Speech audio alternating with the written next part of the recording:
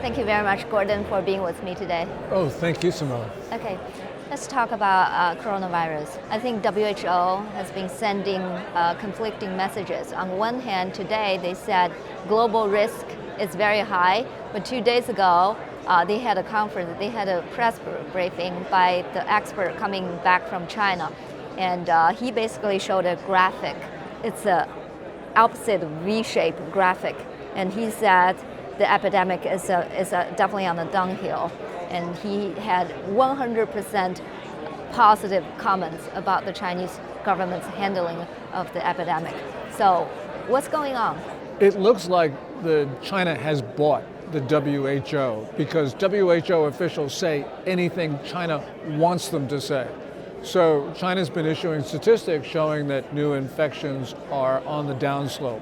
And that it corresponds with what Xi Jinping wants to do, which is to get Chinese workers back to their job sites. Whenever you have statistics support a leader's policies, you've got to be very concerned. We really don't know what's going on inside of China, and I don't even think the WHO knows either. So this is a situation where China has now exercised extreme measures to control the narrative, to control information. So I think the best thing we can say is that we know the virus is continuing. We know that China is trying to prevent foreign investigation of the origin of the virus, and the Chinese government is doing things which are inconsistent with this narrative that the virus is going away. I think Xi Jinping definitely is risking a second wave of the epidemic coming to China by pushing everybody back to work. But I think he knows that. Why does he still do the push? Is China's economy really that bad? I think the Chinese economy right now is contracting. When you look at oil demand, it's down 20% year on year. Car sales for the first 16 days of this month were down 92% over the corresponding period last year. Only about a third of China's workers have gotten back to their job sites.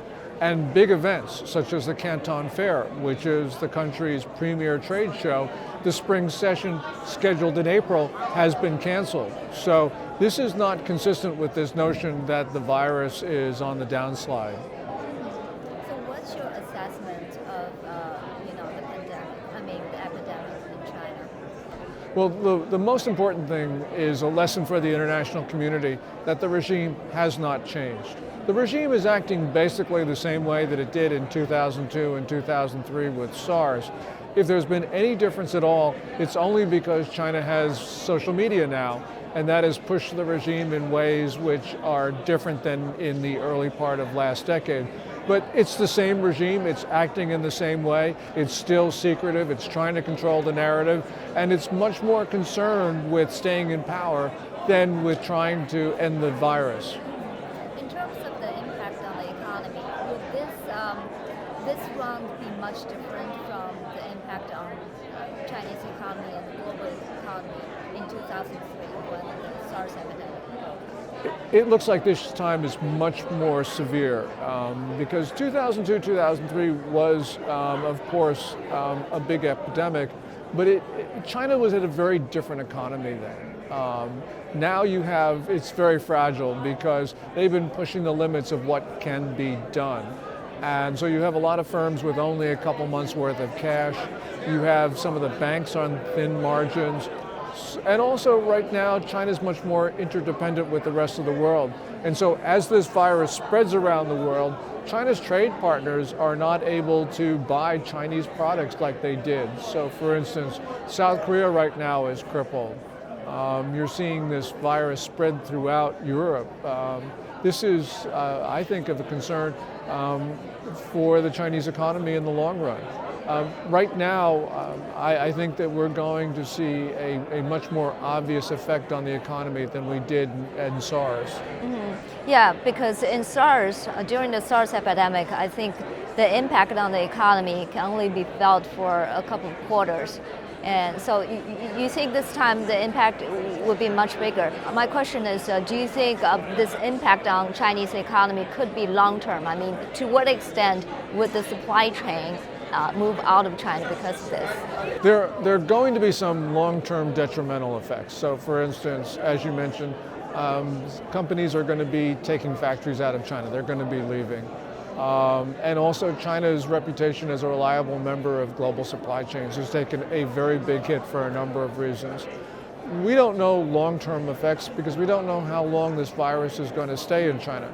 Most people assume that this is going to go away by June or July because these types of viruses generally disappear in the hot weather. But COVID-19, the designation for the novel coronavirus, has been doing pretty well in Singapore, which is a warm weather, environment.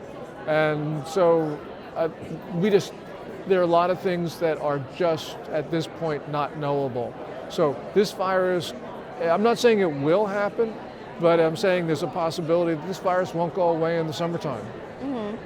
WHO has such a positive depicts of the Chinese government's handling of the coronavirus epidemic. But I wonder what the world sees China, because does how the Chinese Communist Party handles this impact their confidence in China, their investment and all that? Well, I think the biggest hit is what you just mentioned, which is reputational stake.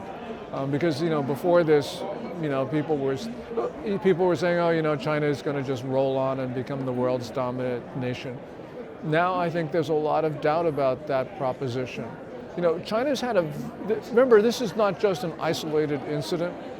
China's had a very bad 2019. It had a slumping economy, which people could see. It had the so-called trade war with the US, and what happened in Hong Kong really, I think, damaged China's reputation. And then on top of that, you have this novel coronavirus. So I don't think Beijing's reputation is going to recover from this, because people have seen the way the regime acts, and people are just afraid. Remember, this probably would have never spread out China had China not intimidated countries to keep their borders open. So that's the reason why you had these South Korea's crippled and everything else. The reason why this is not an emergency in the US is that President Trump imposed those travel restrictions and the quarantines at an early stage before the end of January. He took a lot of heat inside China, inside the United States for it, and he took a lot of heat from Beijing, but he did it anyway. And that's why right now we do not have an emergency situation in the US. That's not to say it won't become one in the future, I just don't know. But the fact right now is we are sitting in a pretty good position because of quick and decisive action. Other countries didn't do that, and they didn't do that because of Beijing, and that really tars China's image in the world. Mm-hmm. You said Chinese Communist Party's reputation is damaged. I wonder if that will include their impression in America's institutional investors' eyes. I mean, those big investment has been a big problem. Do you think that this coronavirus will change their course? That I'm not sure about, because financial investors right now are sort of looking at what they consider to be a dip and buying the dip in China. But I actually don't think they're going to do that because there are better opportunities elsewhere. And also, I think that people are now starting to understand the severity of coronavirus, not just in China, but around the world. So I think you see a flight to, for instance, US treasuries and other things, because they're safe havens. Chinese stocks right now might look cheap, but I think they also look increasingly risky. Mm-hmm. What about the impact on the Phase 1 trade deal? I mean, nobody talks about it anymore. What's going to happen to that? Well, people are starting to say, well, can China live up to its core commitment, which is to increase the imports of U.S. goods by $200 billion over 2 years over the 2017 baseline? Many people say China won't be able to do that. Yeah. So that's going to certainly affect the Phase 1 deal, because that's what President Trump was really looking for from China. And then Phase 2, they're not, the president was talking about starting the Phase 2 negotiations right away. Well, obviously that's not happening. So this really slows down that process. Phase 2 was going to be difficult in any event, but right now it's on hold. So you don't think it's going to happen? even before the coronavirus, I didn't think it was going to happen, because what they did by splitting trade into phase one, phase two, was to take all the really, really difficult issues and put them into phase two, which is the reason why there haven't been agreement. But we're talking about things like state subsidies, state industrial policies in China. These are the things that Xi Jinping believes are core to his system of a state-run China. So it's going to be very difficult for him to compromise on these things. So I was never thinking that phase two was a realistic possibility. Even for phase one, because of this epidemic, America, I mean, it's not the right time to push China, say, you have to buy our products and stuff, because... I realize that, but you got to remember, though, phase one was signed January 15th. Chinese leaders knew about the severity of the outbreak well before then. And by the way, they sent their delegation to China, went to the East Room of the White House, and potentially infected the entire US leadership, which was sitting in that room. So I don't have very much sympathy for them. But, So you think they already know this is not going to be fulfilled, and they Absolutely. Okay. Because they knew, if you look at the chronology of events, they knew for instance, they had that Politburo Standing Committee meeting January 7th, where they subsequently disclosed that they were talking about coronavirus. And Xi Jinping gave that January 20 speech where he publicly acknowledged the coronavirus and imposed those draconian measures. How could they not have known on the 15th what they were going to do on the 20th? This is a slow-moving system. So they knew about this from the early part of January. They actually even knew about it in the last weeks of December. Right. So they knew. So why should we give them a break? Now, I know that sounds harsh, but the facts are the facts. But President Trump does not seem to be, wanting to push the Chinese on that. I mean, it looks bad. It looks bad. Right. But what it does do is, remember, phase one was supposed to be this landmark agreement. If the Chinese dishonor it, that is, I think, going to poison relationships, and it's going to make it much harder to have trust for a phase two deal. Mm-hmm. So if this phase one deal doesn't hold, would that impact President Trump's 2020? I actually think that the American public has such a bad view of China that it probably would not affect his re-election prospects, because people are saying, China's a bad actor. So I don't think that it's really going to have that much of an effect. It's hard to understand what's going on, but there are other things, I think, which are much more impactful. Coronavirus broke out and nobody talks about Hong Kong anymore. What's happening over there? Well, in Hong Kong, the protests are continuing, but they're continuing at a much smaller crowds. But there is that continued fighting between the Hong Kong police and the youthful protesters dressed in black. What's happened, though, because Carrie Lam, the Hong Kong chief executive, didn't close the border with the mainland, she has made herself even more unpopular in Hong Kong, which is hard to imagine, considering how badly the pro-government forces did in that November district council election. But she's even less popular now. And also what we saw in the last few hours with Jimmy Lai and two other veteran democracy advocates were arrested on trumped-up charges. So this really is, I think, an escalation, and it is going to renew really the anger throughout Hong Kong society. Eventually this will pass, and when it does, I think the government is going to have even less ability to govern than it does now. Because now everybody's attention is on coronavirus, it's not on Hong Kong's protest. Do you think the Chinese Communist Party is using that opportunity to really, try to crack down on Hong Kong and just put out everything? It's hard to figure out what's going on, but there was this supposed expose that Carrie Lam wrote to Beijing and saying now is the opportunity to take advantage of the coronavirus outbreak and to press the advantage. I don't know if that reporting is true or not, but people in Hong Kong, some people do believe it's true. Okay. So, and then you have these arrests of Jimmy Lai and the others. So this is, I think, it fits in with this narrative that Beijing is taking advantage of the situation.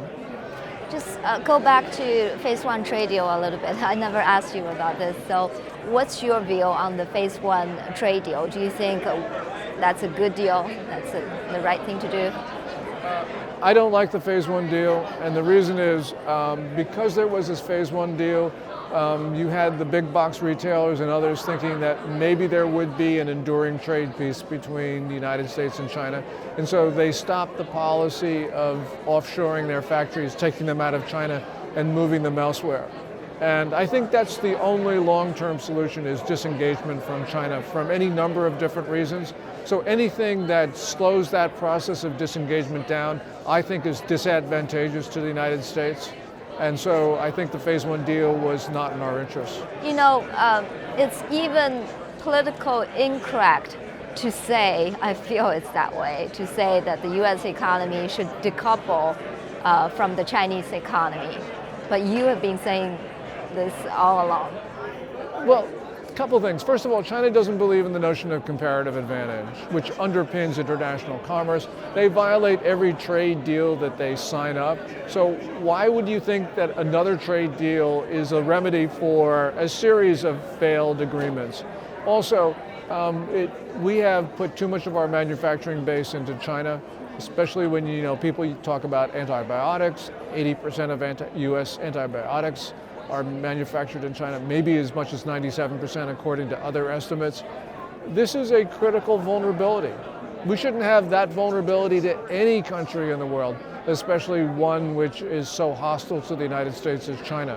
So although it's painful, I think that we do need to get our factories out of China. We do need to cut those links, and we do need to disengage. Remember, we lost 3,000 points on the Dow Jones Industrial Average because of some atrocious decisions that Beijing made about the coronavirus.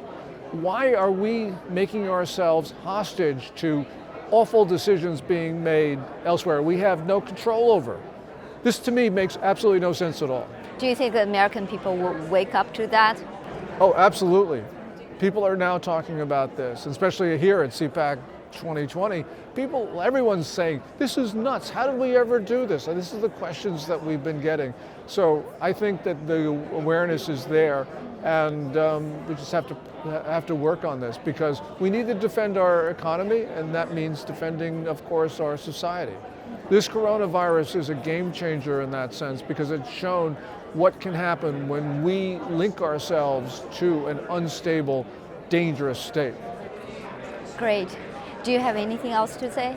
I think the coronavirus outbreak has really exposed some of the weaknesses in the rationales that we have employed by putting our manufacturing in China, by having cordial relations with the Chinese. So I think that we, going forward, are going to be much more skeptical. We will see an acceleration of the delinkage between the United States and China, and that's a good thing. Nobody really wants to cut our ties with another country, but in this case, it's shown to be absolutely necessary. All right. Thank you so much, Gordon. Thank you.